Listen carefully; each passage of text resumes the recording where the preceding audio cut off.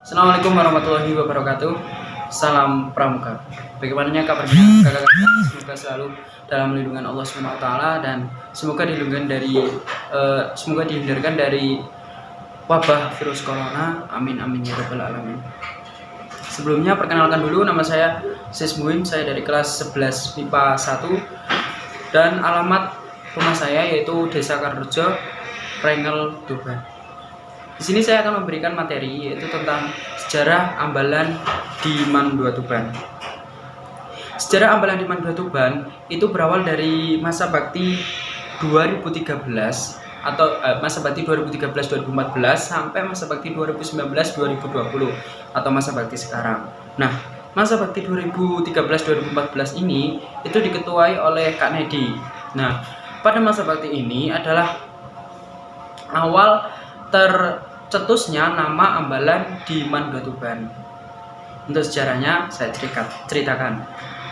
Sejarah Ambalan masa bakti 2013-2014 Ketua Kak Nedi. Sejarah pada masyarakatnya, Kebo Anabrang atau Lembu Anabrang itu adalah seorang perwira dari Kerajaan Singosari yang menjadi komando atau pemimpin di ekspedisi Pemelayu pada tahun 1275 sampai 1300 Masehi. Nah, Kebo Anabrang ini adalah tokoh senior di bawah Arya Wiraraja dan ketika berangkat ke Melayu usianya itu kurang lebih 25 tahun ya. Jadi dia masih sangat muda dan dia sudah menjadi pemimpin untuk menaklukkan Melayu. Dia dianggap sebagai pejuang besar karena dapat menaklukkan Melayu ya. Dianggap menjadi pejuang besar Singosari. Pada tahun 1295 Masehi terjadi pemberontakan oleh Adipati Tuban yaitu Ronggolawe. Nah, di sini Kerajaan Majapahit mengutus perwira handalnya yaitu Kebo Anabrang untuk meredamkan pemberontakan oleh Adipati Tuban. Karena Kebo Anabrang itu adalah angkatan laut, perwira angkatan laut yang telah teruji reputasinya karena dapat menaklukkan Melayu. Perang antara Kebo Anabrang dan Adipati Tuban pun terjadi. Ketika di darat, Adipati Tuban menang dan Kebo Anabrang pun kalah. Ketika di udara, Kebo Anabrang kewalahan dan mereka lari di sungai Tambak Beras di daerah Jombang. Karena air adalah habitat dari Kebo Anabrang, sehingga Adipati Tuban Ronggolawe terbunuh di sungai tersebut. Lembu Sora sebagai pamannya mengetahui bahwa keponakannya telah terbunuh oleh Kebo Anabrang. Dia tidak terima oleh Kebo Anabrang sehingga Kebo Anabrang pun juga ditusuk oleh Lembu Sora dan tewaslah Kebo Anabrang di sungai itu. Nah, itu adalah sejarah pada masyarakatnya. Untuk sejarah pada Ambalannya, pertama kali tercetus nama Ambalan di Pangkalan Mandua Tuban itu pada masa bakti 2013-2014. Di sini Kak Nedi berpesan bahwa nama itu bukan untuk pantesan, tetapi nama ini adalah nama seorang perwira yang gigih, berani dan tangguh, gigih, berani. Sehingga kita tidak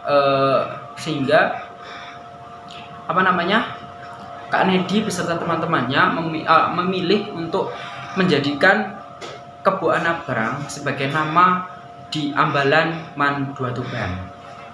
Mereka bermusyawarah untuk menentukan nama Ambalan di Mandua Tuban dan tercetuslah nama Kebo Anabrang tersebut. Pusaka adatnya yaitu kapak. Ini terinspirasi dari patung monumen agresi militer Belanda di Tuban yang kalau kalian tahu di sebelah kirinya jembatan Kepet itu kan ada patung ya, itu adalah patung monumen atau patung agresi militer Belanda di Tuban. Nah, di sini itu menggambarkan seorang laki-laki yang pemberani yang diduga namanya adalah Ja'far atau yang biasa dipanggil dengan Pak Yah. Sebenarnya senjata yang digunakan pada patung tersebut atau di patung tersebut itu senjatanya bukanlah kapak melainkan adalah calok, karena ketika dulu kakak-kakak mencari calok itu sangat sulit, maka digantilah dengan yang agak mirip yaitu kapak tersebut. Itu adalah pusaka adatnya. Yang selanjutnya beralih ke masa bakti 2014-2015, yaitu masa baktinya Kak Ubed sebagai ketua Ambalan. Di sini tidak ada revisi atau tidak ada penambahan apapun, masih sama yaitu menggunakan nama Kebo Anabrang, dan pusaka adatnya juga masih sama yaitu menggunakan kapak. Namun di sini ada cerita suka dan dukanya. Saya bacakan. Pertama-tama teruntuk siapapun anggota Dewan Ambalan Man 2 Tuban yang saya hormati dan saya banggakan, terkhusus kepada pembina yang telah ikhlas bakti bina bangsa berbudi bawa laksana, yang telah mengajari saya tentang pramuka, lebih tepatnya mereka mengajari tentang arti sebuah kehidupan. Jujur saya katakan bahwa mereka lah yang membawa dari langkah nol, khususnya dalam berorganisasi, hingga memahami. Selain itu rasa syukur kepada Tuhan, karena atas berkat dan rahmatnya menakdirkan saya untuk berapresiasi dan berdinamika bersama rekan-rekan kita Dewan Kerja dan perjalanan kehidupan yang membakar takdir untuk bergesakan dengan pembina yang tidak bisa diragukan lagi kemampuan dan khazanah materi yang diberikan.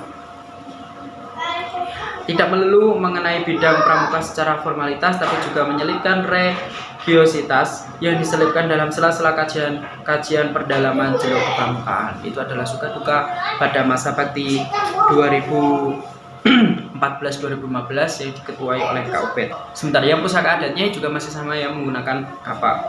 Nah, selanjutnya yaitu masa baktinya Kak Aldi, itu pada tahun 2015-2016.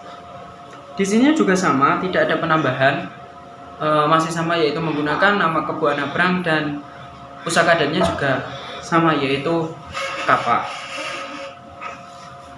Untuk di sini juga ada suka dukanya, saya bacakan lagi. Jatuh bangun itu biasa asalkan jangan sampai jatuh dan tak bangun lagi. Dalam organisasi ini dapat kita ambil pelajaran betapa penting tanggung jawab dalam mengarungi kehidupan yang sesungguhnya.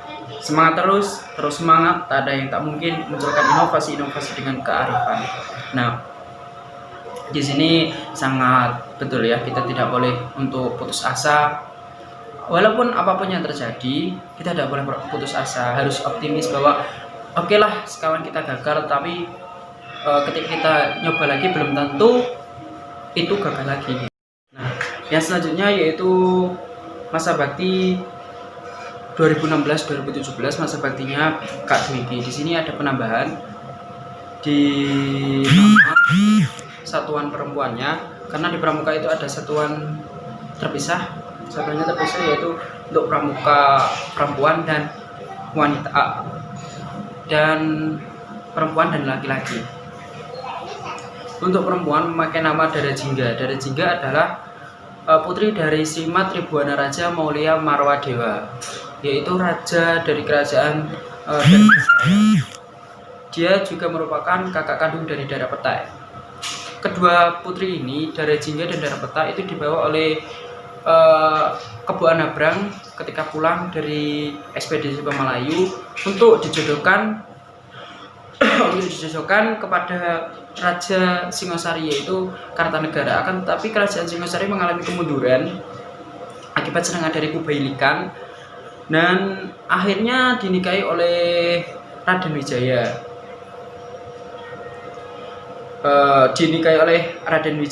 Dan Dara Petai dijadikan permaisuri dengan gelar Indaswari.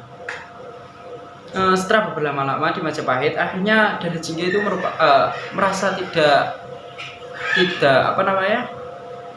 tidak enak atau nggak kerasan gitu di kerajaan Majapahit, sehingga memutuskan untuk kembali ke kerajaan ayahnya, yaitu Dharmasraya.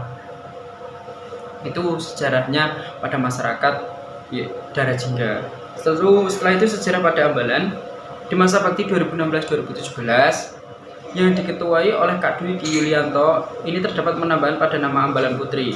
Penjelasan dari pemangku adat, alasan dibentuknya Ambalan Putri ini karena pramuka mempunyai satuan. Nah, pramuka itu memiliki satuan terpisah, yaitu putri sendiri dan laki-laki sendiri, sehingga pada masa baktinya Kak Dwiki ini mereka menambahkan untuk satuan perempuan yaitu yang bernama Darajingga. Untuk pusaka adatnya masih sama, yaitu menggunakan kapak, tidak ada penambahan. Yang selanjutnya yaitu sejarah Ambalan pada masa bakti 2017-2018 yang diketuai oleh KLI. Di sini terjadi perubahan yang dulunya namanya di masa bakti yang sebelumnya yaitu Kebu Anabrang dan Darajingga menjadi Purbaya Lanjar. Sejarah pada masyarakat Purbaya, Pangeran Purbaya itu berasal dari, ada yang menyebut berasal dari Pajang.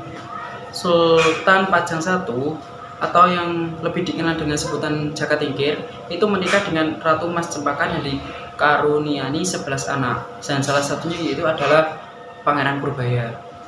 Pangeran Purbaya wafat atau meninggal bulan Oktober 1676 saat ikut serta menghadapi pemberontakan Jaya. Perang besar tersebut terjadi di desa Nggogodok. Pangeran Purbaya yang sudah lanjut usia gugur akibat dikeroyok orang-orang Makassar dan Madura. Itu untuk Pangeran Purbaya. Untuk yang Lanjar ini saya ceritakan di suatu ketika di desa Maibit itulah seorang janda, itu namanya Sri Pengganti. Dia hidup bersama adiknya yaitu Joko Grenteng. Mereka tinggal di pinggir Sendang atau di dekat Sendang. Pegendung Kuon yaitu dari Pakuwon, Minak Jepolo dari desa Sawan atau Logawe, dan masih banyak pemuda yang mengagumi Lanjar Maibit ingin menikahi dan ingin menjadikan Mbok Lanjar sebagai istrinya. Akan tetapi tidak ada satupun yang meluluhkan hati Mbok Lanjar. Suatu ketika ada pemuda yang tampan dari Padangan yaitu bernama Mina Anggrang. Dia adalah putra dari Bupati Padangan yang berburu burung dekat Sendang tersebut. Akhirnya mereka pun berdua menikah.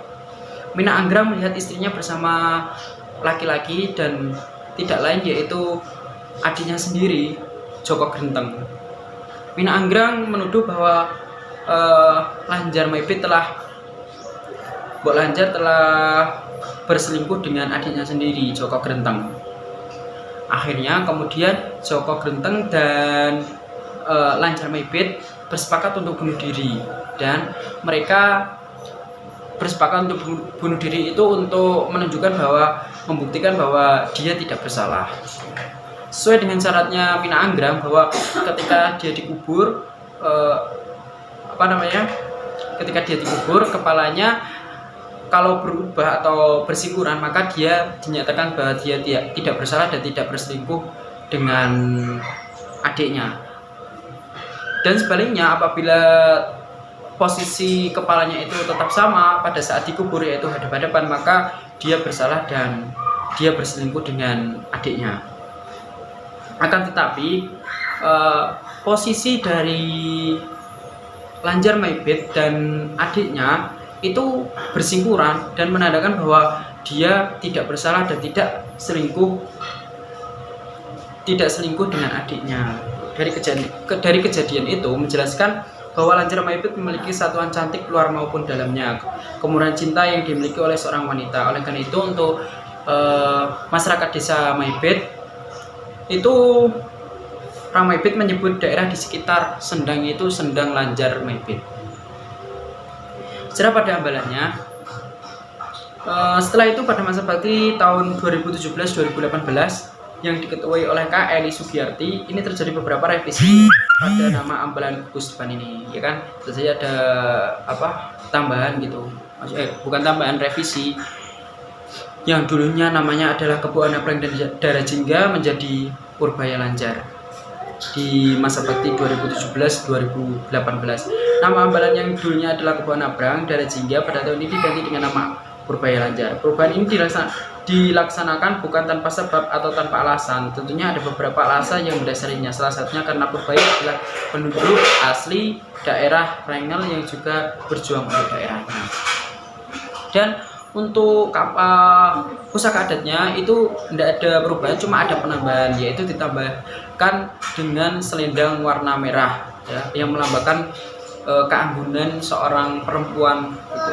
Jadi sudah pas kan untuk kapaknya melambangkan seorang laki-laki yang gagah, berani, dan selendang merah itu melambangkan keanggunan seorang perempuan gitu. Jadi itu filosofinya pusaka adat, yaitu kapak dan selendang merah.